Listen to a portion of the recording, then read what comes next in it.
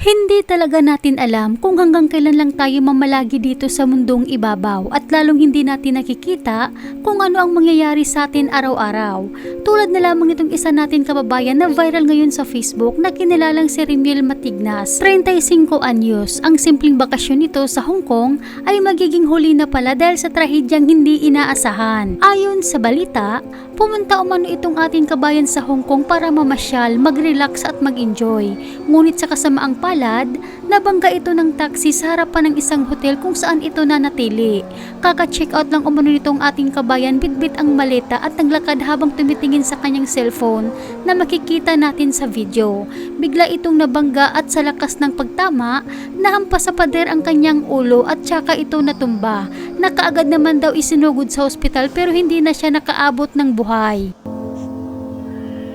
Sa isinagawang investigasyon ng kapulisan, napag-alaman umano na 80 anyos na ang nagmamaniho ng taxi.